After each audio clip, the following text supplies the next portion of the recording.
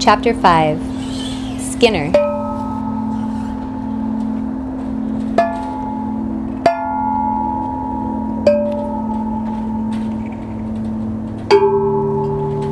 Al Skinner, witness to the bloodiest wars forged by man's satanic imagination, presently feared forgetting his shoes. He kept his eye on them, brown hush puppies with Dr. Scholl's inserts, paired on the bedroom's spiral rag rug in his house in Scottsdale, Arizona. When you walked outside without your shoes in this neighborhood, you were on your way to assisted living. Sammy, a retired security contractor like Skinner from 2 blocks over, had one morning walked without his shoes all the way to the Combo Taco Bell KFC.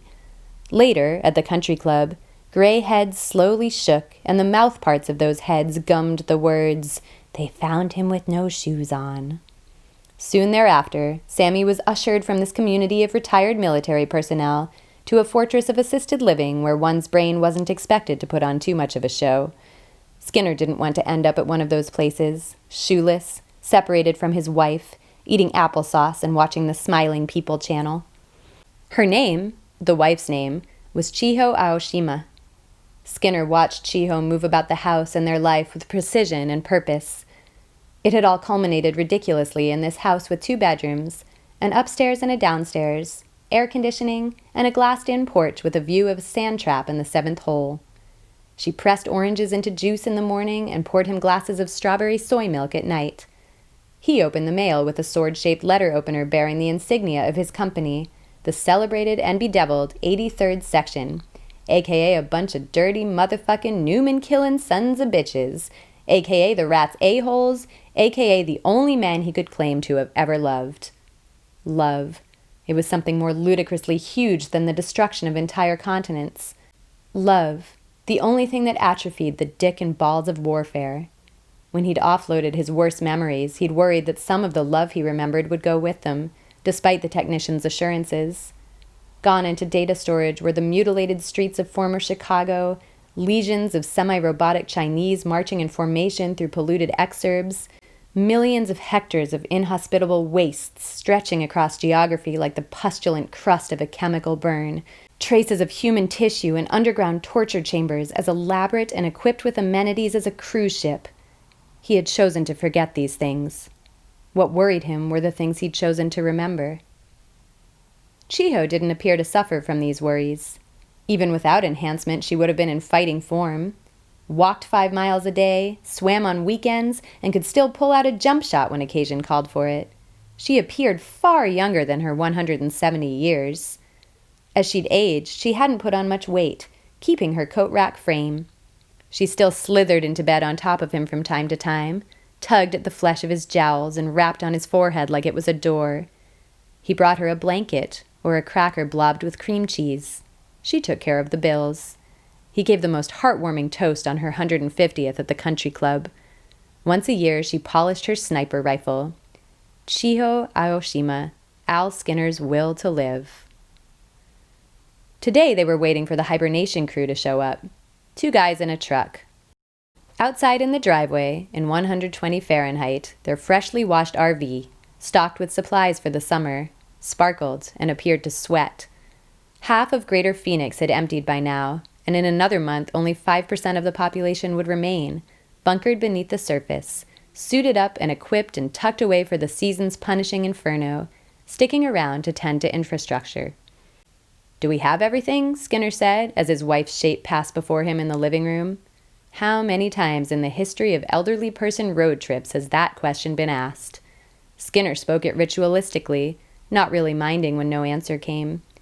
Chiho whispered to herself, her bottom lip quivering with traces of speech. She was in her head again, probably plotting the logistics of their journey.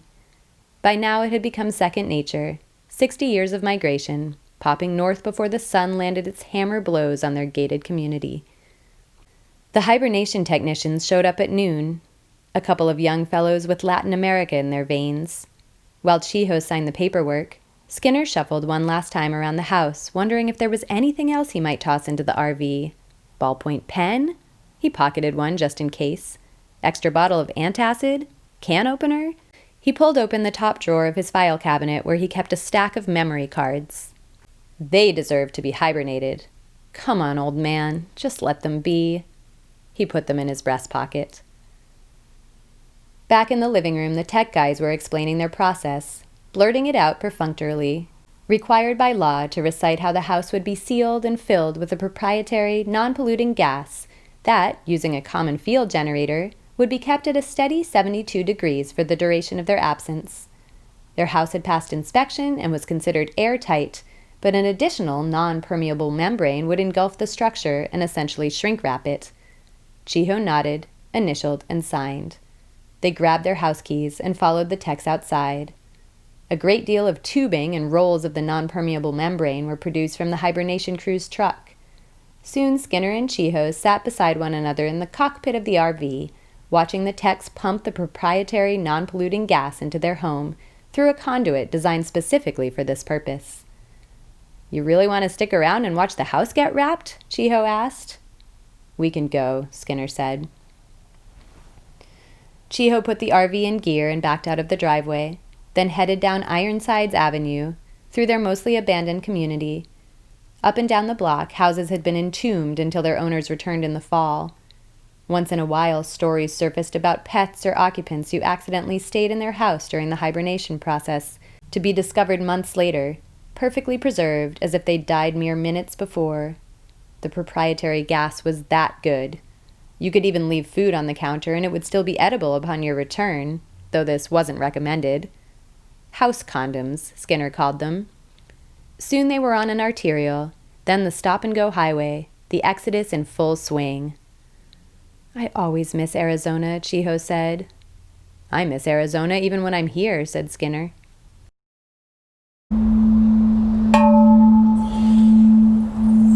Chiho had packed the RV as securely as she could, but something still rattled in the back. Rattling noises hurt her teeth. Maybe it was a jar of marmalade, jiggling in the pantry, or the coffee pot.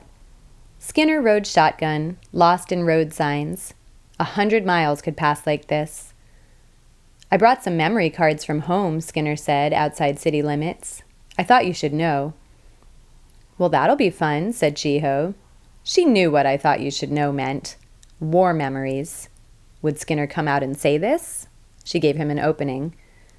"We can pop in the memory of that camping trip when my shoes melted." "I don't know if that one's in there." Skinner was quiet for 2 minutes by the dashboard clock.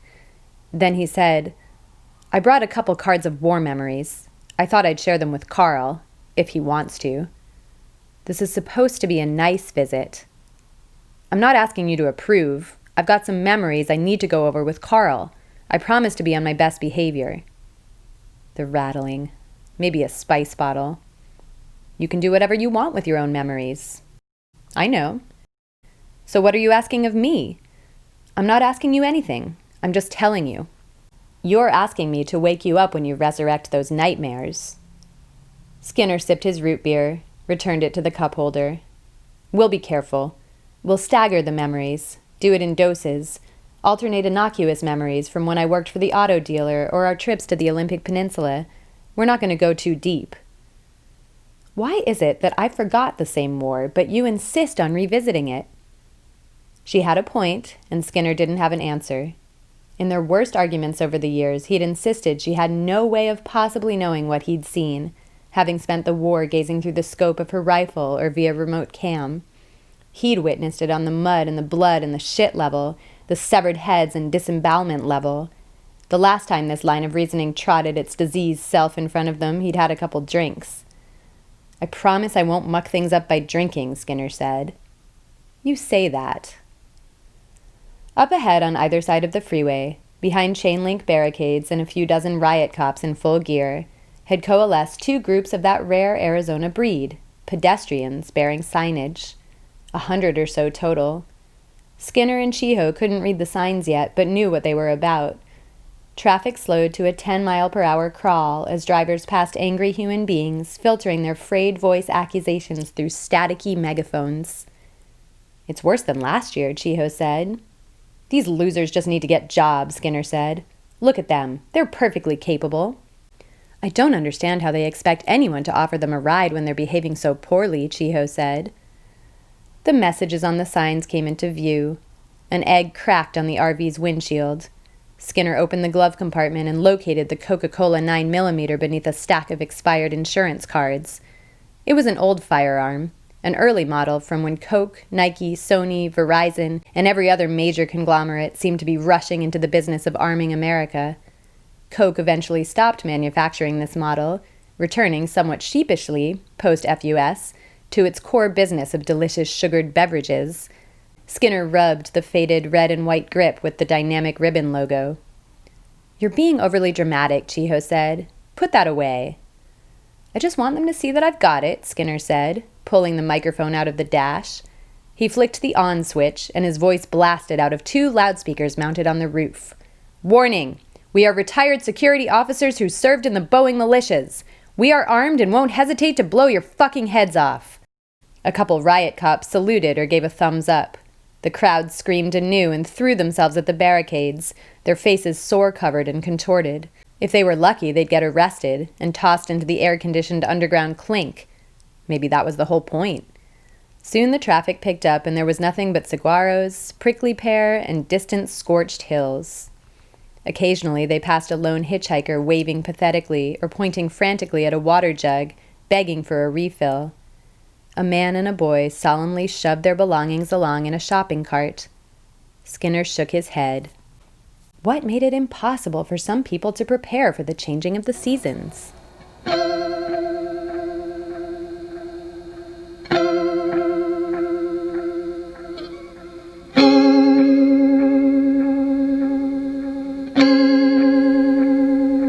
Some memories were more painful than those forged in war. They'd once been a family of 4 sharing a home in Portland, Oregon, with a yard and a dog. Take a picture and upload it. Picnics, football games.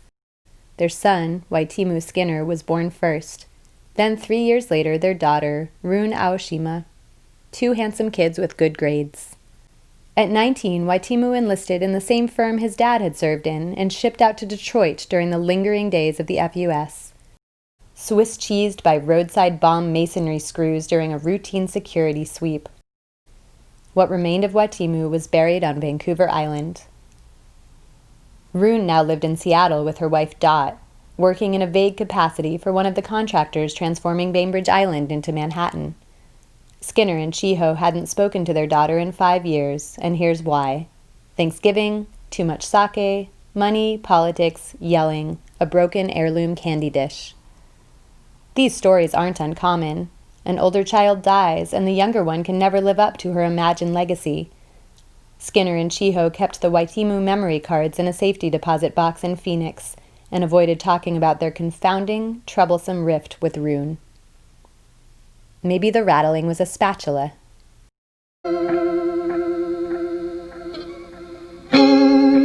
America didn't used to look like this, Chiho thought from behind the windshield. There used to be people in all these houses. People shopping and walking their dogs. People yelling, "Hello, neighbor! Can I borrow a stick of butter?" San Diego scrolled beneath their tires, the first of 3 urban dots one had to connect to experience coastal California. What remnants of old civilization lay between these points were scavenger-picked and surrendered to nature. Incredible how quickly trees invaded pavement, foundations crumbled, brambles engulfed cars. They saw crows appear to dismantle a motorcycle. Whenever they pulled off the highway to stretch their legs, they tried to park near the ocean. Skinner wanted to see the beached aircraft carrier. A couple 100 miles south of San Francisco, it lay jutting at a nutty angle on the beach, like a sunbathing skyscraper. They stopped in Oakland, in what was trying to become Little Boston. Fenway Park was half finished, and a few blocks away there was a lackluster attempt at Harvard Yard. Skinner bought a Red Sox hat from a street vendor who promised it had been manufactured pre-FUS in Boston itself. "Want to stop at Hearst Castle?" Chiho wanted to know. Skinner shrugged. Might as well. They parked the RV at the visitor center and boarded the shuttle. A pleasant way to kill the afternoon. Skinner took a picture of his wife standing beside a statue of Poseidon by the grandest of the pools. The fact that one man had ever amassed this much wealth inconvenienced Skinner's sense of logic. that this magnitude of fortune paled in comparison to the wealth attained by certain pre-FUS oligarchs was almost metaphysically impossible to comprehend.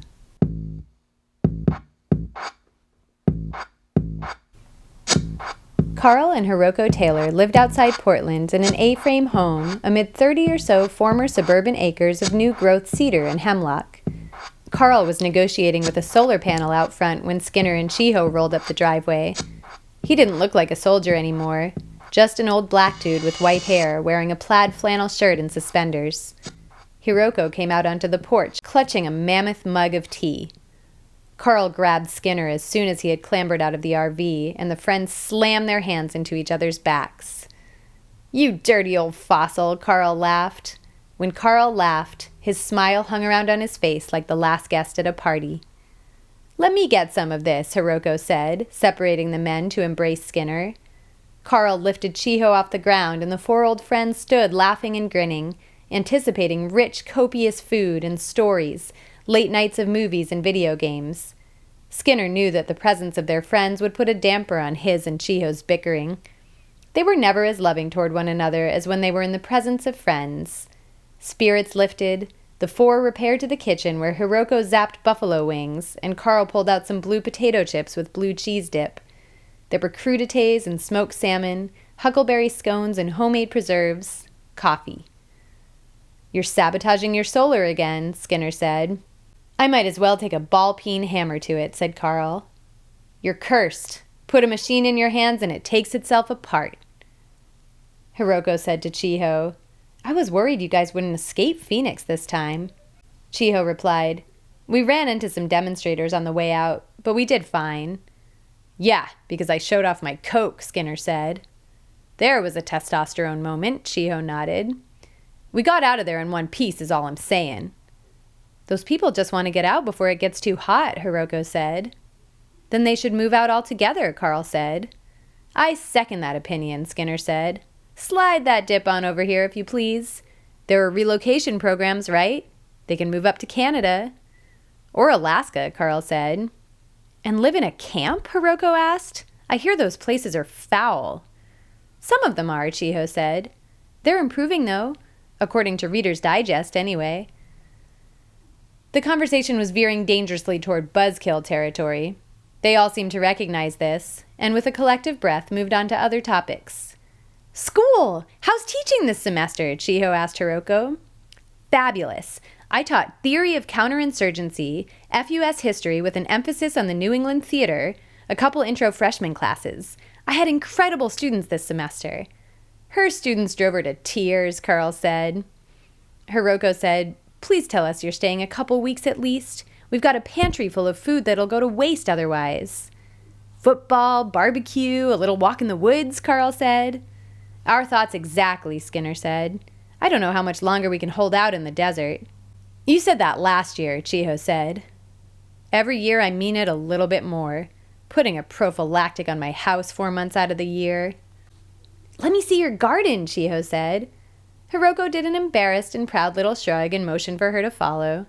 When the women were gone, Skinner and Carl looked at each other and shared a laugh. "Jesus, we're still here," Skinner said. "Still looking like shit, a day late and $1 short. When you can live forever, all you're doing is postponing the inevitable. You're just going to die in some stupid accident. Could come any day. And a welcome day that'll be." They laughed again, matching the cadence of their guffaws. Carl said, seriously, "You bring the memories?" "Right here." Skinner patted his breast pocket. "I told Chiho." Carl nodded. "I told Hiroko. We got into a fight about it." "Likewise. But we gots to do what we gots to do. Sort through the bullshit. Get our past in order. I promised Chiho I wouldn't drink. You help me out on this?" Skinner asked. "You got it. I'll not drink with you." "You don't have to." "You would for me." "True. You make these buffalo wings?" "I wish I could take credit, but they came out of a fucking bag. Cooper died." "Wait, who? Cooper? Shit, no." "Lung cancer, finally. One of those weird kinds of lung cancer that happen to people who don't smoke.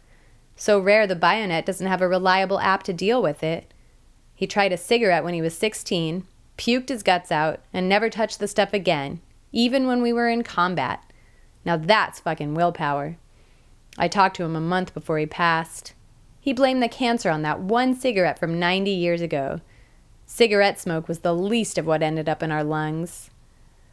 I can't say I ever got along with Cooper that well, God rest his soul. You barely got along with anyone. You were the crew's resident son of a bitch. But when the shit went down is what I'm saying. You don't even have to say it. I'm trying harder not to be a prick.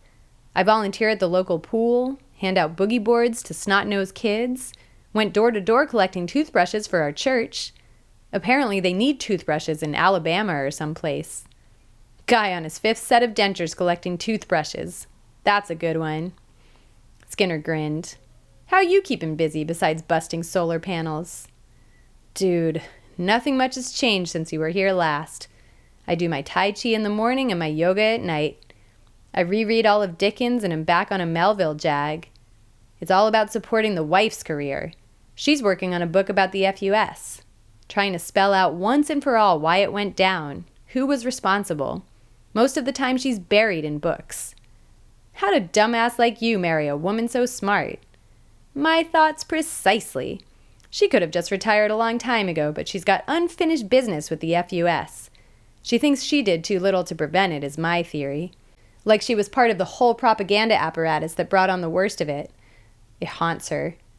I've been trying to tell her to give it a rest. What's past is past.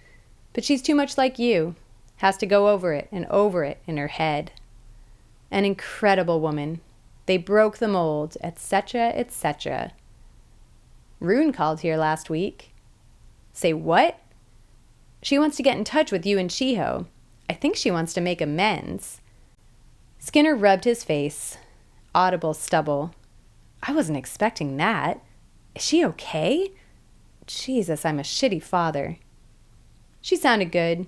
I talked to her maybe 5 minutes. She says she doesn't have your new number. She wanted... I really should wait until Chiho is here to tell you this. What happened? Don't worry, man. It's nothing bad. Just wait for the ladies to come back from their little garden tour and all will be revealed. 5 minutes and 5 buffalo wings later, Hiroko and Chiho came back indoors. Chiho beamed. Did Carl tell you Rune called? Yeah, he did. What's... Chiho knitted her fingers together and held her hands to her chin. Rune and Dot have a baby! Skinner opened his mouth to say something, stopped, looked to the others to figure out how he should be feeling. A grandchild, he said. A little boy, Hiroko said. He's 2 now. In this safe place, in the company of people who loved him, bewildered and unable to speak, Skinner found tears trembling at the corner of his eyes. Now they'd have to see Rune. Their stay would be shadowed by expectation and shot through with giddiness that they'd finally get to meet a grandchild. Skinner shook his head and gazed curiously at his open palms, as though he'd achieved grandfatherhood via some feat of manual labor. Carl suggested they go on a walk. The path through the woods roughly followed where a sidewalk used to be. Here and there stood foundations of houses. If you kicked at the weeds or peeled back layers of fallen leaves, little artifacts of extinct Portlanders emerged. Bottles, cell phones, plastic toys partially covered in moss, the rusted whorls of a box spring mattress. Trees had reclaimed the grid, reverting it to chaotic geometries determined by fallen seeds. Chiho loved the birds most, the wild flocks that had replenished themselves post-FUS, blotting the sky in great concentrations of feather, cackle, and wing. A woodpecker smacked its beak against a snag, probing for grubs. Amid a copse of pines rose an old McDonald's Golden Arches sign, boasting of billions served. Billions! The husbands and wives walked paired down the path. Skinner said to Hiroko, Carl says you're working on a book. More like the book's working on me. So what's your angle on the FUS? I'm considering it by way of a neurological metaphor, Hiroko said. I stumbled on some research from the 1950s.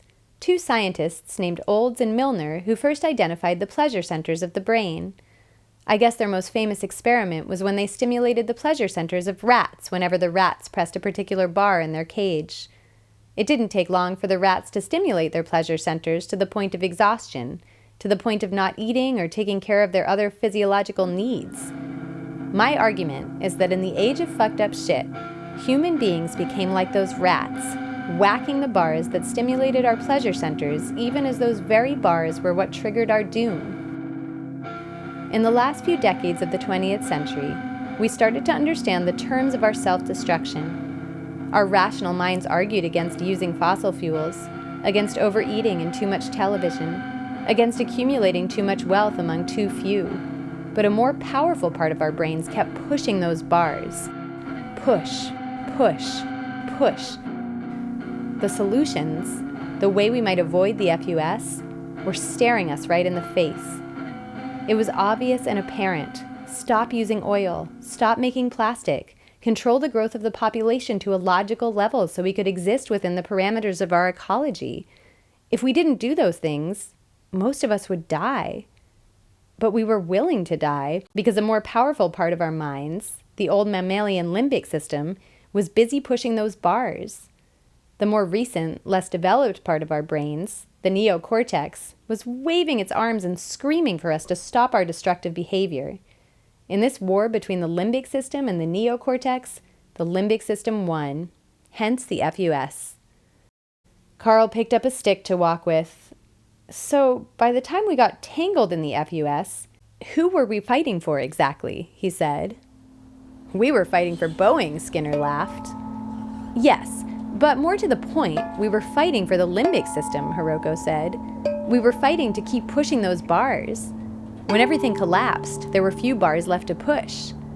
But now the Earth's renewing itself. Look around us. There are a lot fewer people to make a mess of things. The computers are undoing the damage. Still, Phoenix gets hotter every year, Skinner said. True, Hiroko said, because not every place is recovering at the same rate. It's going to take some places a lot longer. They came to an old intercity light rail car covered in vines. Through the dirty windows, they read advertisements for colonics and undergraduate degrees. Skinner said, So you're saying we fought on the wrong side, Hiroko? She shrugged. In the FUS, everyone was on the wrong side. The very idea of sides was on the wrong side.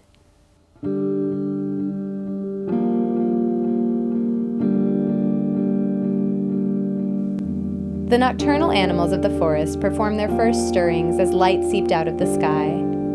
The path widened and intersected with a hard-packed gravel road. Nearby leaned a bus stop sign. In a few short minutes, a bus arrived, a shambling, multi-hued contraption furnished with couches and love seats, a kitchenette in the back where a woman cooked a garlicky organic meal. A few other riders, swaddled in patchwork outfits of Gore-Tex and hemp, sat reading alternative weeklies, about them hanging the whiff of weed. The four friends crowded together on a couch across from a balding man in glasses who was absorbed in a battered copy of Benjamin's Illuminations, a scarf wrapped so many times around his neck that it appeared to be holding his head in place. The bus bumbled along the irregular road, and the trees eventually gave way to deliberate landscaping and an actual paved arterial. Soon they were on Burnside through the vital guts of Portland. A block or two from Powell's City of Books, they climbed off the bus and squeezed through an alley to Hiroko and Carl's favorite Thai place. As they approached the back entrance, a great wave of plates and cutlery crashed through the door and spilled out onto the alley. Carried on this wave was a disheveled and quite stoned busboy, and close behind a chef rode a baking sheet like a surfboard, yelling obscenities at his young and now fired employee. "Asleep on the job," the chef bellowed. "What kind of dishwasher are you? And you dare evoke the name of the great Woojin Khan!" "Don't worry, the food's actually great," Hiroko said as they climbed over the dishes, trying not to slip on a rainbow of curries. During appetizers, Chiho proclaimed, "We're so rude. We haven't even asked about JD." Carl sighed. She's had her troubles with the bayonet. Became some sick bastard's embodiment. We got her in a recovery center down here. Christ, Skinner said. It started out with dancing, Carl continued. She'd go to parties where everyone tried out these illegal apps, give over her codes to a choreographer, and they'd put her body through elaborate moves. Soon it turned into an everyday routine. She surrendered some of her basic functions, like what time she'd wake up, when she'd eat and use the bathroom. Her DJ was good to her at first. They usually are. Got her to make new friends, other embodiments, made her feel popular, put witty comments in her mouth when she was in social situations. She got a bit part in a TV show they film up in Vancouver. Forensic mindfuck, Hiroko said. The one about the detectives? Chiho asked. The one where they travel back in time and use modern forensic methods to solve crimes of the past, Carl said. Anyway, around that time she dropped out of school, which we weren't too keen on, but it looked like she had a real career getting started. When did you find out she was getting DJ'd? Chiho said. We were clueless, Carl said. We thought she was succeeding purely on her own merits. If we'd known, we would have flown up to Vancouver and tossed her ass in a recovery center straight away. We knew something about her had changed when we visited, Hiroko said, but we couldn't identify it. I thought it was the pressure and excitement of her new life. Sometimes her hands trembled like she'd had too much coffee. Carl rubbed his stubble. Her show got canceled and she was out of school and looking for work. That's when her DJ lost interest in her and set her on autopilot. He got her a job waitressing and wiped his hands of her, setting her loose on auto-generated subroutines. She described it as being like living the same boring day over and over again. She woke up exactly at 7:02 a.m., had the same cereal for breakfast, ran 4.2 miles on the treadmill, and went to the same stores and bought the same 3 items every day: a nail file from the drugstore, a copy of Nabokov's Lolita from the bookstore, and a set of shoelaces from a shoe repair shop. Then she'd go waitress at a greasy spoon that served only regulars who ordered the same things every day. After that, she'd come home, watch a tape of the same stupid comedy, take a shower, and go to bed at 9 o'clock on the dot. And every night she had the same dream, in which she separated bottles for recycling behind the restaurant where she worked. Brown bottles, green bottles, clear bottles. The dream always seemed to last a couple hours, but got more detailed every night. She started to be able to read the labels, see the air bubbles in the glass, feel the texture of the glue on the bottles. Her dreams became so high-def they started making her waking reality look foggy. Then she'd wake up and start all over again. Treadmill, shopping, work, home, movie, shower, bed, dream. It went on like this for months. Part of her remained aware of what was happening, a weak little section of her brain, and she started to suspect that the regulars at the cafe were embodiments too, retired embodiments also on autopilot. She'd become this reliable little machine, a component that did its part to keep the companies that made the nail files and the shoelaces and the copies of Lolita in business, programmed to be a battery plugged into the economy. On her days off, the routines automatically changed, and she'd send us an email and tell us how she was looking forward to enrolling in school again and finishing her degree. Very little variation to these messages. Hiroko and I kept trying to plan a trip up north and see her, but stuff kept getting in the way. I broke my leg. Hiroko got a grant to write her book. All the usual we've been busy BS that keeps families from seeing each other. We were just happy to know she was planning to go back to school. So finally, a couple months ago, we got our act together and headed up to Vancouver. She kept trying to dissuade us from coming. I got suspicious. So we head on up there and found her new apartment in some lousy part of town with people crazy and passed out, trash all over the place up and down the street. I ran up the steps to her door. We pounded on it and she told us to go away, so I knew something real foul was going down. The worst scenarios ran through my mind. You know how it is with a daughter. So I got all commando and broke down the fucking door. Really messed up my shoulder for the weekend, I might add. We found her looking completely normal, standing in the middle of her apartment, with 197 copies of Lolita, 197 packages of shoelaces, and 197 nail files all piled up on the kitchen table.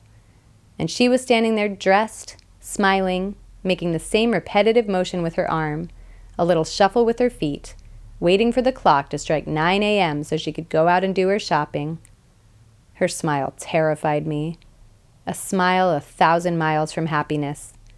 I just came out and asked her if she was an embodiment. Christ, Skinner said. Did you ever catch the son of a bitch who did this to her? Carl shook his head. The cops are still looking. They're about 5 years behind the technology, if you want to know the sad truth. It's shocking. There's a whole underground economy driven by embodiments. People just set up to work at mindless jobs, to consume the same shit every day, punch in and punch out, keep products in production, services rendered, walking around numb and dumb and compliant without an original thought in their damn heads. She's doing better, Hiroko said, but it's a long recovery. The ego atrophies during the embodiment state. It has to be rebuilt little by little. It takes weeks for them to be able to introduce themselves or shake someone's hand. Skinner said, I remember holding her little hands, giving her shells and sand dollars. Your story breaks my heart.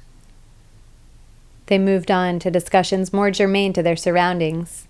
Skinner fingered the memory cards in his pocket, wondering at the horrors preserved in their wafer-like forms. Why punish himself like this again? Other retired private contractors, sitting in their deck chairs flipping channels and keeping their bowels operational with concoctions of herbs, didn't seem burdened by the same obsessive need to recontextualize their former lives. For Skinner's neighbors at the shrink-wrapped retirement community, the wars moldered. They were content to follow college football and steady their swing at the driving range. The FUS was to be actively avoided in conversation, not sought out. Skinner almost admired their ability to evade the terrors of their pasts. On his worst days, he prayed for the strength to do the same. But his earlier life on battlefields demanded accounting. This need was so consuming that the only way for Carl to remain his friend was to humor him and take part in the trip, to follow him down that flaming hole of cunt, shit, molten fuck. But now, this was a surprise. Skinner had found some new psychic armor with which to fortify himself. He had a grandson. Skinner took the cards out of his pocket and set them on the table. The other three regarded the cards with visible sadness as Skinner separated them into piles of innocuous memories and memories of war, the innocuous ones outnumbering the wartime ones 3-1. Then, with the bottom of the pepper shaker, he smashed the war memories into pieces. When he was done, Skinner exhaled and fingered his fortune cookie, reluctant to find out what it revealed about his future. You did it, my friend, Carl said. Good for you. Chiho rubbed Skinner's shoulder and kissed his weathered hands. He swept the pieces of the memory cards into his palm and sprinkled them atop the remnants of his Penang curry. All that remained now were memories of banal civilian life and the one memory from the war he refused to destroy, the one piece of unfinished business, the memory of the day he came back from the dead.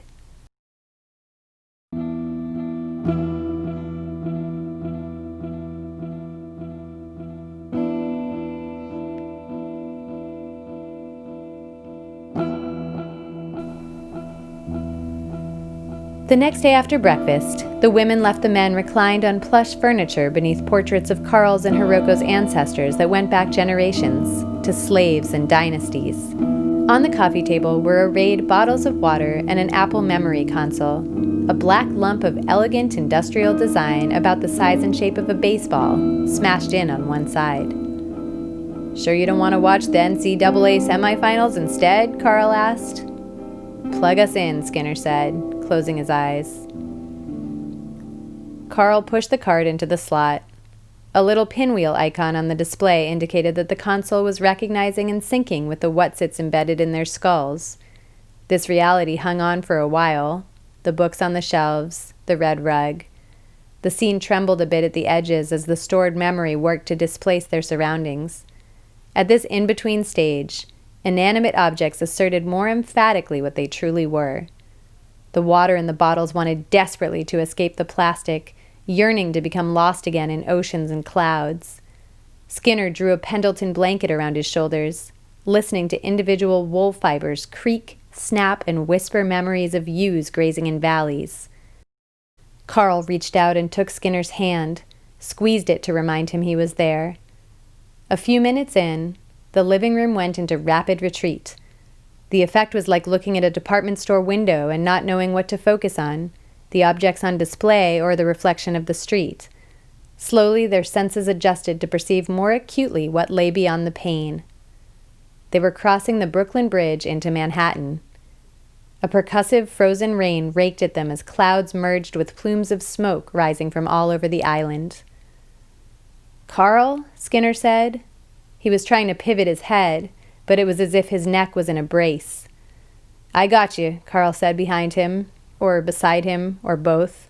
A representation of Carl sidled up, his old man face superimposed on his younger man's body, a weird bug in the software. "We're in, man." Jesus, the smell. It's always the smell that's the worst. I can smell the bodies. Younger Carl spoke, his voice fuzzy. "At least the smell of bodies don't make you cough up your damn lungs. It's those other smells we gotta be afraid of." Up ahead, in a pile of rags, a baby cried beside its mother's detached bodily components.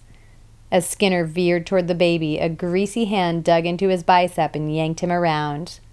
Malmedies, his direct supervisor, barked into his face. "Keep moving, shit stain!" Skinner saw that he was in a vast video game of men that stretched back through Brooklyn, bristling with weaponry and trudging into death. He didn't march so much as let himself get carried along. He looked down and watched his legs flop retardedly forward, unable to stop. Piles of refuse burned in the East River. Decapitated bodies swung from the bridge supports like demented mobiles. He strained to take in the magnificent destruction ahead. Here, on the bridge, all was panorama, but soon those buildings would entangle him, a grid turning into an unforgiving labyrinth. Inexplicably, a herd of goats ran bleeding past them, their hides scorched and speckled with boils. One of them sported an eyeball dangling from its socket. At the little park on the other side of the bridge, he found himself in a congregation listening to the director of operations, a bull of a man with prosthetic eyes and a voice raspy from inhaling the particulate of decimated signature architecture. Castigliano was that bastard's name, and this was his rallying moment, a little rhetorical propane to get the soldiers hard. "We bring death today to those who claim to become God. We slaughter under the banner of Christ.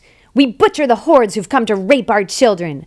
Root them out, grab a limb, rip it off, coat your faces in their gore, stomp harder on the rising lids of their rancid coffins, Boeing Army fighters." A great cry went up, and Skinner, queasy, broke off into a unit with Carl and 5 other sick motherfucks, as it were, guys with faces and names and homes that had been erased from planet Earth. Supposedly they were to head west and root out a couple remaining pockets of Newman resistance. "I don't think I can do this," Skinner said in his memory. "Fuck you, Skinner. You were born to do this," Carl said. One of the other guys in the unit looked exactly like the pre-FUS comedic actor Will Ferrell, another bug in the program. Apparently, if you remembered a person as looking sort of like someone famous, the famous person tended to show up in your memory instead. "Guys," Will Ferrell said, his voice cracking. "Maybe we should just find a Starbucks and get lattes? My treat? What do you say?" Carl whispered in Skinner's ear, "Come on, dude, you're in command." "Listen, you sick homo sapiens," Skinner said. "The heavy lifting's been done. We're basically the janitors, scrubbing the Newman shit from this godforsaken island. Let's quit fucking around and move." They passed through acrid manhole steam and subway entrances piled with rotting body parts swarmed by mutated, screeching larvae. Skinner glanced down to see a woman's shoe with the foot still in it, toenails painted lavender, sliced off at the ankle so cleanly it could have been done by a surgeon. It wasn't the enormity of it all that fucked you. It was little shit like this. A headless body slumped in a doorway beneath an advertisement for Guns N' Roses' Chinese Democracy 2. An arm protruded from beneath a flaming and overturned taxi. Everywhere burned the obscene carbon stench of manufactured goods and organic forms returning to the elements. Will Ferrell had begun to whimper comically, eyes darting left and right. Carl slapped him on the back of the head. In the East Village, they came to a cafe, still operational amid the rubble. Everything above the second floor of the building looked to have been vaporized. Within the ground-level walls, baristas steamed milk, and a sound system blasted Fusion-era miles. In a corner, under a painting of flames, the scarred remnants of a company of mercenaries sat drinking. 7 guys speckled in concrete dust and dried blood, knocking back coffee spiked with scavenged liquors. Their eyes barely moved when Skinner and his crew arrived, stepping over dead laptops and brick chunks. "We're the Boeing 83rd, Skinner said. "What company you all with?" "Who wants to know?" said a man in the rear. Jet black hair, glasses, untangling a Rubik's Cube. "I'm Lieutenant Al Skinner." Carl said, "They're the Pfizer 190th, the insignia on their gear." "I thought Pfizer ran screaming from this shit," Skinner said. "We are the shit," Rubik's Cube said. Will Ferrell ordered a grande non-fat decaf mocha. "This all that's left of your company?" Skinner asked. Cube said, "You want to know the difference between a war and a war game? A game comes with a reset button, but the only way to access that button is to die. Want to test this theory?" Skinner said nothing. Cube shrugged, asked his command, "Who would be willing to blow his fucking brains out to see if there's a reset button?" A young, stone-faced soldier drinking a cappuccino unholstered his sidearm and pressed the barrel under his chin. "You don't have to prove anything to me," Skinner said. "This is the fucking death party," Cube said. "You don't want to see the death? How about some of the fuck? We've got a surprise downstairs. You fellows can help yourselves to the leftovers. We've had our fill. Go on ahead. Indulge." "You don't have girls, do you?" Carl said, his face falling. "No, man, we're following the code. We got droid pussy." "Tell that idiot to holster his weapon," Skinner said. Cube nodded. "Goldberg, we don't need you to hit the reset button just yet." He turned back to Skinner. "You look like you've been at this for a while, soldier. Tell me, do the Newmans make any sense to you? Has killing them made it any easier to determine whether they're the human beings or if we're the ones who come out of factories?" "I kill what I'm told to kill," Skinner said. "I don't give a fuck if it's got guts or chips." "Good for you." Cube smiled and tossed his toy to Skinner. "Now mess this puzzle up and solve your way out of it."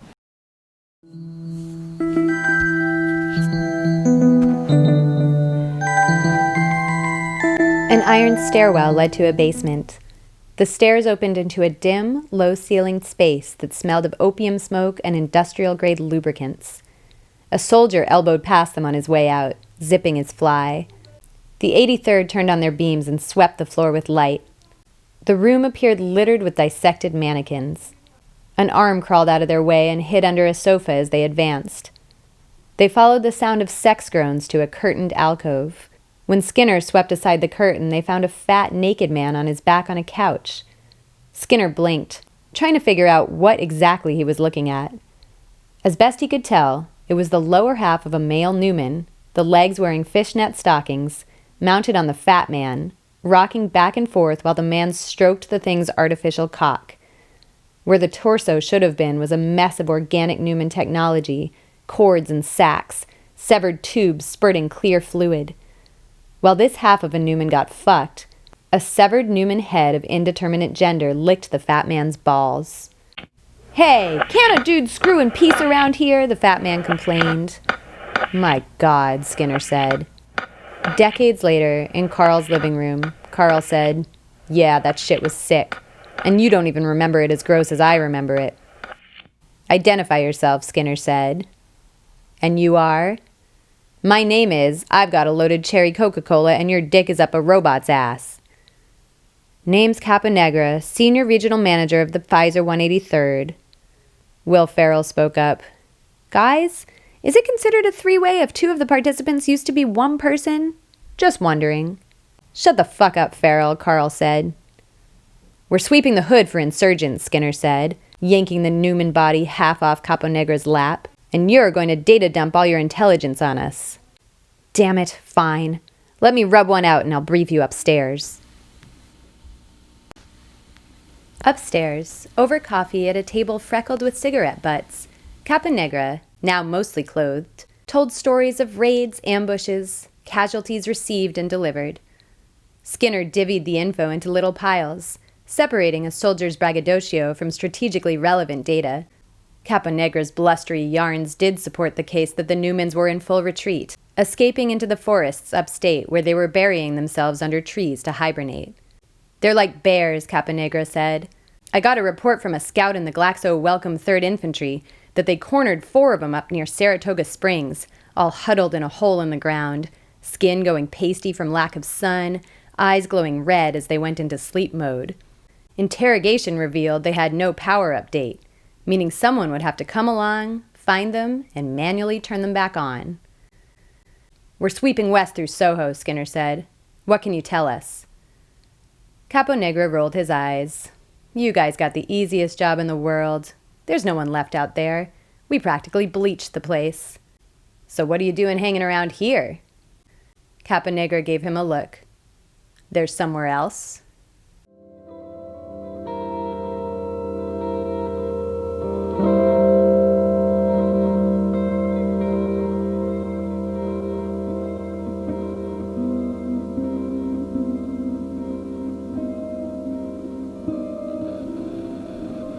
They came to a building halved vertically by an explosion. Looked like an NYU dorm, a cross-section of what appeared to be, more or less, normal collegiate life. A couple dozen hive-like stories of beds, computers, desks, a Jules et Jim poster, microbiology, and civics textbooks with passages highlighted in pink and yellow, the pillowy forms of bags of popped but uneaten microwaved popcorn. Paper drifted in the smoke. Here and there a fire. In one of the exposed dorm rooms on the 2nd floor, a girl sat hunched over her desk, head in hand, reviewing self-made flashcards. Carl consulted his handheld. "She's human." "Hey you, student!" Skinner shouted. "What are you still doing up there?" Visibly annoyed, the girl called down, "Leave me alone! I'm studying. Midterms next week." "You need to evacuate ASAP," Carl replied. "This ain't the time to study. Come on, we'll set you up in a library where you can study all you want." Somewhere on the island, another building fell, rattling the earth beneath their feet and the teeth in their jaws. Helicopters in formation sliced across a sky too grimy and chemical burned to be of any use to anybody. Carl said to Skinner, "We gotta get her out of there. She's in shock, obviously." "Stupid bitch," Skinner said. "Let's save her ass." Skinner put Will Ferrell in charge of the unit while he and Carl climbed over the rubble looking for an entrance. The comic actor called after them, "Guys, this is against protocol, you know. Shouldn't we all stick together?" "Go fuck yourself, Ferrell," Skinner said. "We're getting this chick out of here." Years in the future, in the living room, Carl said, "Not exactly how we remember it." "Yeah, but here it comes," Skinner said. Carl pushed aside a foosball table, found the stairwell. Walls covered in anti-Newman graffiti. Skinner doubted many of the students who'd screwed and crammed and gotten ripped in these dorms had made it off Manhattan alive. Rifle drawn, he kicked open the door to the 2nd floor, exiting into a dark hallway where post-psychotherapy Metallica played faintly from ceiling-mounted speakers. In a corner beneath a fire extinguisher lay a wounded Christian-American soldier. Looked like a contractor from Toys R Us. Hard to tell exactly where he'd been hit. His whole torso was caramelized in bloody goo. Carl bent over him with a handheld and got his vitals. "Soldier, where you from?" Carl said. "Huh?" the fallen man said. "Who the fuck are you?" "We're the Boeing 83rd. We're gonna fly you out of this joint." "The college chick," the soldier said. "They're using her as bait." "We got nooms up in this shit," Carl said as a round pinged the fire extinguisher over his head, unleashing a cloud of white vapor. Down the hall, dorm rooms cracked open and out stumbled half-obliterated Newmans wearing the collegiate t-shirts and hoodies of their victims. Carl's face assumed the intensity of a man assembling a particularly tricky piece of furniture as he raked the hall with ordnance. Skinner's head rolled to one side, and he caught sight of a mohawked, child-sized Newman wearing a Led Zeppelin Swan Song t-shirt and nothing else, its crotch smooth and plastic with the absence of genitals, round after round perforating its jerking humanoid form, an arm shot off in gouts of purplish lubricant, its cat-like eyes glowing yellow in the fire-retardant haze. "Here it comes," Skinner said in the living room. There it came, a round ripping through his chest plate, which put the kibosh on the velocity enough that it lodged in his trunk without splattering out his back. Then another one to the leg, a kind of afterthought. He plunged into a pool of blood where all sound disappeared. In Carl's memory, he dragged Skinner by the leg down the hall, unloading at other Newmans lurching out of dorm rooms. The memory fritzed out a second, flipped perspectives. Then Skinner had a close-up view of a busted iPod, its mysterious guts revealed.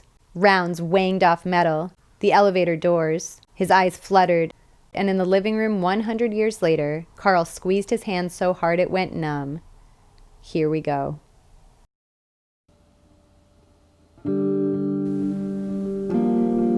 Skinner trudged in tattered fatigues across the mesa, the vista meticulously high-res down to individual grains of sand. His peeling skin and the rasp in his throat seemed to imply he'd been out here for weeks. Up ahead, far enough away that he could pinch the whole scene between forefinger and thumb, was some kind of encampment. It was near twilight, the sky awash in pollution. A wall of furnace-intensity wind.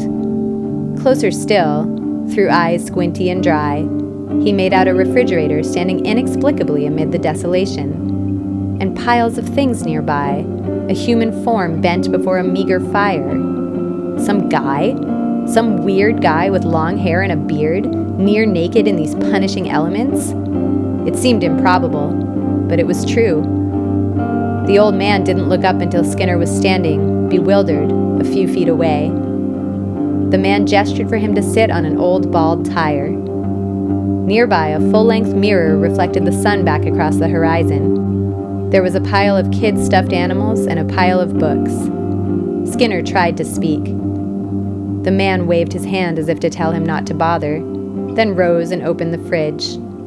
Wisps of cold vapor rolled out, and Skinner almost cried to see it stocked full of food. "Brewski," the old man said. Skinner nodded, tears beating at the edges of his eyes. The old man cranked the cap off a bottle of Pyramid Hefeweizen and handed it to him. Skinner trembled as the cold beer foamed in his mouth. He sucked it down so fast, some came back up. The old man handed him another, then offered a sandwich. Skinner ate, moaning through his full mouth. "Who are you?" Skinner asked finally, burping. "I am the last dude," the old man said. "What is this place?" "This is the end of the road." "How did I get here?" "I called you here." "Why?" "You must fuck." "Huh?" "Reproduce," the last dude said. "Now scram." A murder of crows materialized and lifted Skinner into the sky. The old man's encampment grew smaller beneath his dangling feet as the temperature dropped and wind scraped out the insides of his ears.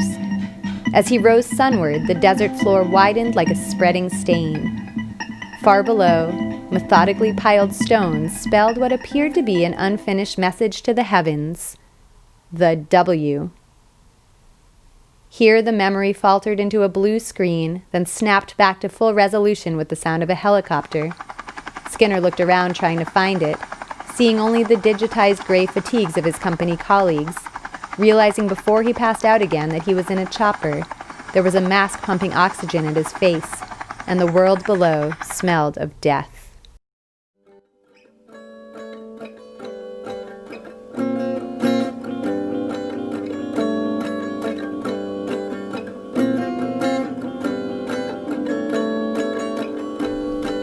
Wood smoke curled around evergreens.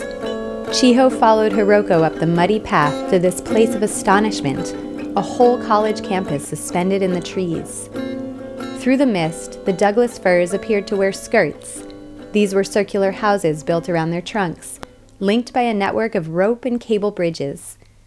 There were hundreds of tree houses of various circumferences and elevations, whole multi-story platforms held aloft in the triangulations of trunks, students traveling from one class to another by rope swing and zip line.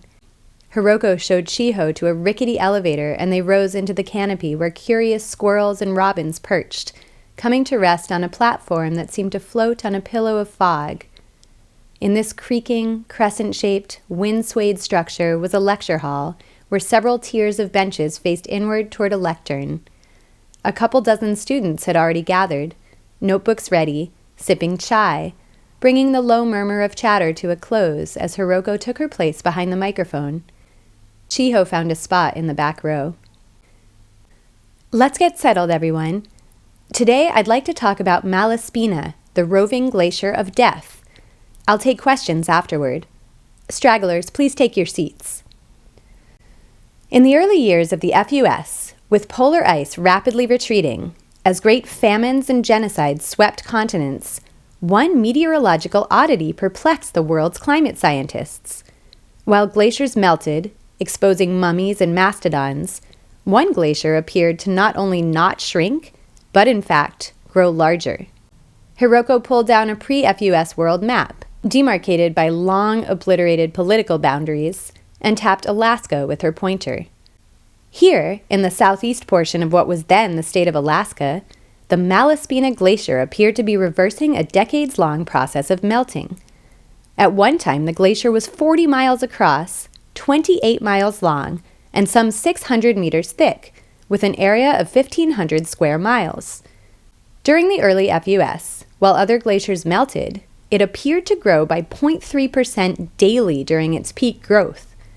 This caught the attention of the Climate Crisis Control Center, or C4, who initially viewed it as an opportunity to establish a polar bear refuge. As you know, the retreat of Arctic sea ice led to alarming polar bear drownings and cannibalism.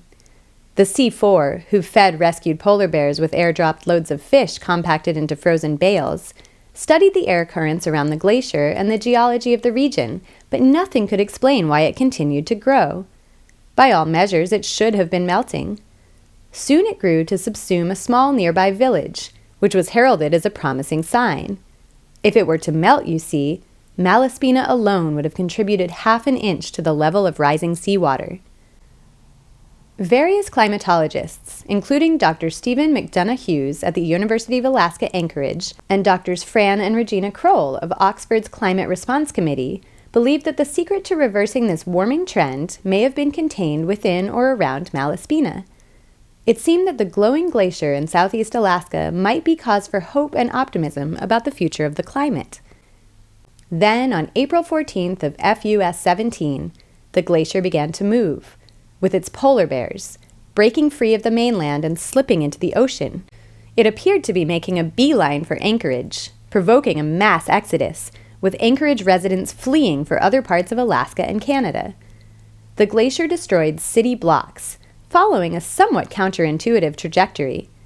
Rather than remaining at sea level, it managed to defy physics and climb to higher elevations. When the airdrops of frozen blocks of fish stopped, some of the polar bears started climbing off the ice to feed on the animal carcasses left in the glacier's wake. After eradicating Anchorage, Malaspina moved on to various population centers of Canada. Reducing Prince Rupert and Whitehorse to mud, it continued on more or less a straight path to Edmonton. By now, sympathy for the plight of the polar bears had largely disappeared from public discourse. Instead of beautiful mammals deserving of our preservation efforts, they came to be known as a marauding horde of beasts surfing a climatic anomaly that was laying waste to Canada.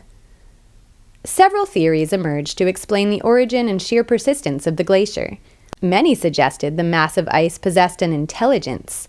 It was easy to personify, as it appeared to be deliberately targeting concentrations of human civilization. As it approached Saskatoon, Canadians stood on top of buildings and bridges with bullhorns, loudly and profusely apologizing for warming the planet. But the glacier would not be placated. With its polar bears roaring, the great sheet of ice scraped skyscrapers off the face of the earth, ground power plants and apartment buildings and sports stadiums under its heels, and left behind a trench filled with strange artifacts from cities it had flattened. It picked up an entire Shoppers Drug Mart in Winnipeg, with shoppers and employees still inside. They rode atop the glacier for weeks, barricaded inside the store, fending off polar bear attacks and eating large quantities of snack food before the whole store slipped into Thunder Bay. While Malaspina laid waste to the Great White North, Americans paid little attention.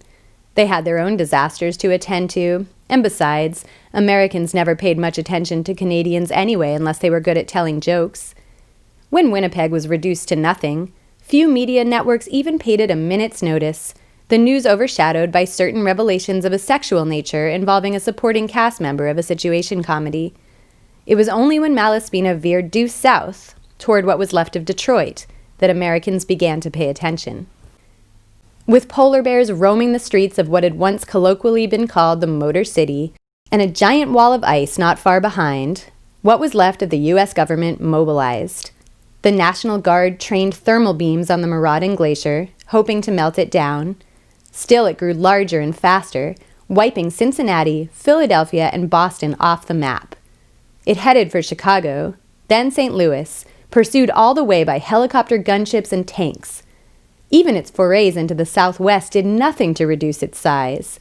In fact, residents of those stifling cities welcomed Malaspina's arrival as a reprieve from the heat, realizing only too late the destructive properties of such a vast body of ice, not to mention thousands of angry polar bears.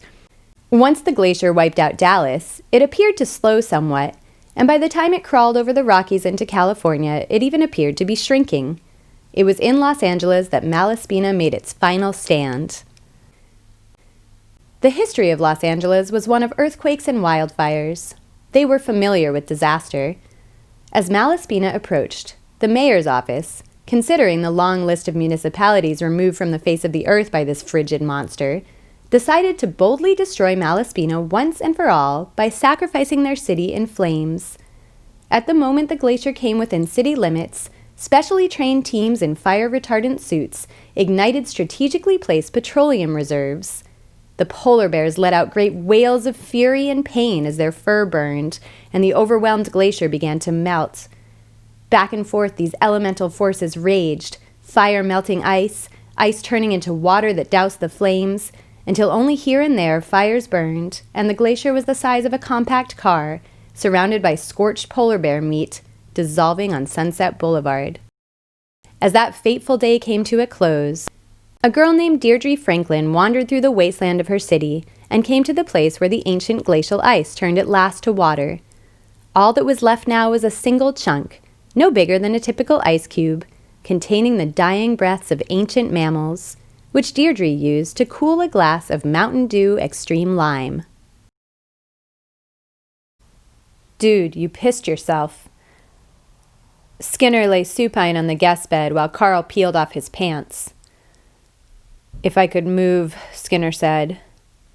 "I need towels," Carl said, and left the room. A bit later, he returned with a wet, soapy washcloth and a bath towel. "Wait, let me do it," Skinner said. "Your wife could show up any minute, and I don't want her to find you marinating in your own whiz. You gotta lay still so the system can map your current physical self." Carl swabbed Skinner's naked lower half with a washcloth, dried him off, then helped his friend's legs into underwear retrieved from the RV. "I'm sorry I dragged you into that memory," Skinner said. "Yeah, it pretty much ruined my day," Carl said. "I'm sorry." Skinner stretched his face. Still felt weird, mapped to his memory face. "You saw the last dude again," Carl said. "Same as always," Skinner said. "Did he still have that extra deluxe fridge?" "Yeah, stocked in the desert." "Did you get a look at the book titles this time?" "No, I've never been able to. It's always the same progression. There's no variation to it. Same mesa, same crows, same beer." "Who do you think he is?" "Maybe he's the final judge of humanity, building some massive message out of stones in the desert. The W." "You let me know when you figure that shit out," Carl said. "Carl, man, what am I going to do about Rune?" "You're going to go up there and give her a hug and kiss and meet your new grandson." "I've been a pig." "Not the first time." "I was hoping you'd disagree." "I never understood your falling out with her in the first place, so your being a complete asshole is the only logical explanation to me." "She hates what I stand for. She thinks of me as the enemy." "You've got political differences." "We're repugnant to her. Says American Christians like us caused the FUS. She blames me for Watimu's... The last thing she said was she never wanted to talk to me again. I don't know how everything went south so quickly between us." "She wants you to be her dad again, man. She's trying to fix things. You gotta meet her halfway. What else are you gonna do? Stew in your bad memories?" "That sounds about right." "Well, it isn't. You need to get your ass to Seattle and see that grandson. She said I killed Watimu. You wouldn't be so hung up on that point if part of you didn't agree. Skinner blinked at the ceiling. Oh, God. You can't fix what happened to your boy, but you can fix what happened with Rune. Fuck, Carl. Carl consulted a Bionet monitor. You've napped enough to move a little. Don't even tell me you're not hungry. Come on, I'll feed you.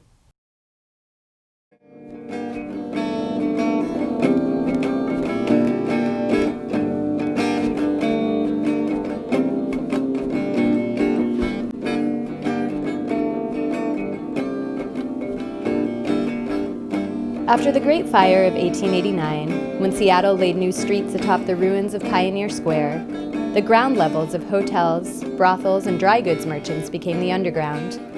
Post-FUS, a third layer arose, preserving Pioneer Square under a dome. In this district, it was always night, lit with yellowish streetlights, real trees supplanted by facsimile trees of concrete and latex. Far overhead snaked the pipes of new water systems and bundled cables bearing energy and data.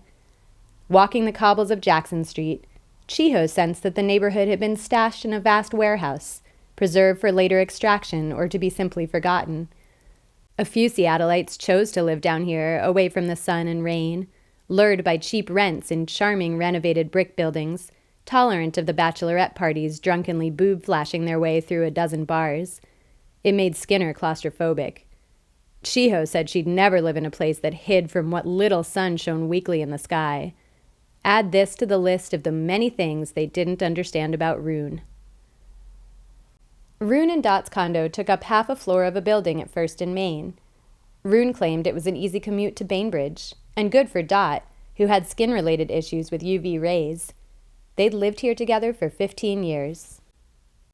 Approaching the building, Skinner struggled to recall the few Christmases they'd spent here, when artificial snow issued from nozzles overhead, covering the streets in fluffy, nucleating proteins while Dickensian carolers roamed about singing pre-FUS hymns of charity and brotherhood. He'd stood at a window of the condo, watching the holiday display with a cup of nog, finding the whole experience a poignant simulation of a holiday spirit he had never actually felt. The elevator took them to Rune and Dot's place, opening onto their foyer. Through the frosted glass door came soft bumps of music. Be nice, Chiho said. Don't immediately start crying, Skinner said. Deal. Deal. Dot let them in, grinning, hugging. Hard to tell how much of it was a pantomime of a greeting and how much was real. She stood barefoot in a tank top and jeans, tattoos of Gustave Doré's woodcuts from Purgatorio wrapped around her forearms. She wore chunky, black-framed glasses, and her hair was in pigtails. Come, come, Dot said. Rune is putting the little one down for his nap. Shoes on? Off? Chiho asked. Off? Dot shrugged. They removed their shoes. Inside was like a glossy spread in a magazine. Skinner didn't recognize a single author on the spines of the books on the cases that wrapped the walls. He thought maybe he should sit, but didn't know which piece of sitting-related furniture to select. Chiho effusively complimented the place as if she'd never set foot in here before. Dot gestured to a couch and rattled off a list of 5 beverages. Skinner didn't catch any of them. Water? He asked. Dot asked about their trip. How was the coast? Did you stop to see the aircraft carrier? How were Hiroko and Carl? Tell me all about it. Now, having a few places to start a conversation, Chiho focused on their visit to Hearst Castle, describing in great detail the decor and amenities. Dot nodded and interjected questions at the right intervals, keeping her mother-in-law going. They drank their waters, and Skinner said, The aircraft carrier is still beached. Craziest-looking thing. And that was the end of that anecdote. Just as the conversation came to a bloated moment of silence, their daughter emerged from the baby's bedroom, uneasily smiled, then said, Mom? Dad? Come here, you, Skinner said, embracing his daughter. Come here, my sweet. Chiho kept her promise to not immediately start in with the waterworks. Instead, she beamed and said, Well, look at you. Look at you. Little Watimu just went down for a nap, but he's a light napper and should be up again soon, Rune said. I'm sorry, who? Skinner said. We named him after Watimu, Rune said. Oh, your son, Skinner said. That's good. A good name. Well, Chiho said, you two must have your hands full. Which one of you carried him? Skinner asked. Rune said, I did. I was the pregnant one. Here, Chiho steeled herself and came close to breaking her deal with her husband. She'd spent the whole drive from Portland worrying about this. To not have been with her daughter when she was carrying a child. Oh, God.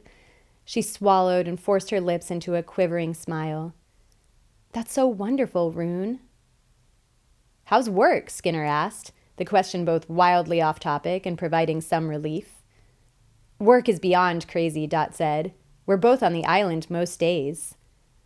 We've been working with the Newmans on Wall Street, Rune said. There's an on-site daycare Watimu goes to, and I can get down there a couple times a day to feed him. You should come over with us and see how it's coming. I can get you visitor passes. Sorry, I can't get over that you named him Watimu. I'm cool with it. I just didn't expect it, Skinner said. Dot and Rune exchanged an uneasy expression. Skinner mistook it for having made them uncomfortable. I don't mean I think it's bad you did it. Not at all. It honors your brother, obviously. He looked around the room for something to divert his attention. Say, are those blueprints? On a drafting table lay several bound volumes of plans for New York Alki. Rune preferred to work with actual paper. The task of recreating a city as it appeared in the distant past would seem to require such an affectation. They pulled open the first volume. Yeah, they're facsimiles of the Mark Federley blueprints. Amazingly, he did these all by hand. Skinner leaned in to get a better look. A map of Bainbridge Island on the left page, a map of Manhattan on the right. So, even though Bainbridge and Manhattan are roughly the same size, there are some major geographical differences they've had to contend with. First is the coastline. While the landmass is roughly the same, the surface area of the coasts are wildly different, right? Owing to the irregularity of Bainbridge's coast. But no one has ever figured out a way to accurately measure how long a coast is. Do you measure at high tide? Low tide? A coast is constantly in flux, expanding, contracting. The water's edge never stays in one place. And topographically, it's wildly different, too. All those hills. So regrading and reshaping the coast were the major challenges during Phase 1. Skinner listened, nodded, reflected on the fact that this wasn't really a conversation about civil engineering challenges so much as Rune's courting his approval. To build the seawall, see? So the reshaping could happen without having to contend with wakes and tides. They surrounded the whole island. It's 30 feet thick, reinforced concrete, has a system of locks for letting the barges through. A toddler appeared in the bedroom doorway, rubbing his eyes, his hair a brilliant fountain of blonde ringlets. He wore a shirt with a brontosaurus on it.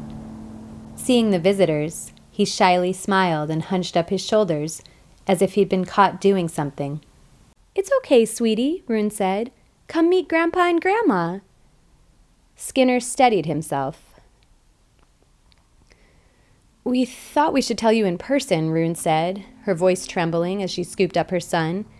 We wanted you to see him when you found out. Chiho fell to her knees, pulled herself up, and reached for the boy. Here, miraculously, was her dead son again, not as she last remembered him, but as she first remembered him, identical to the painfully beautiful child she'd lost. Everything she remembered about her Watimu filled her chest to bursting. Rune's Watimu looked the same, smelled the same, he was the same. It's you. Oh, my dear heart, let me hold you. Skinner's palms went cold. You cloned your dead brother?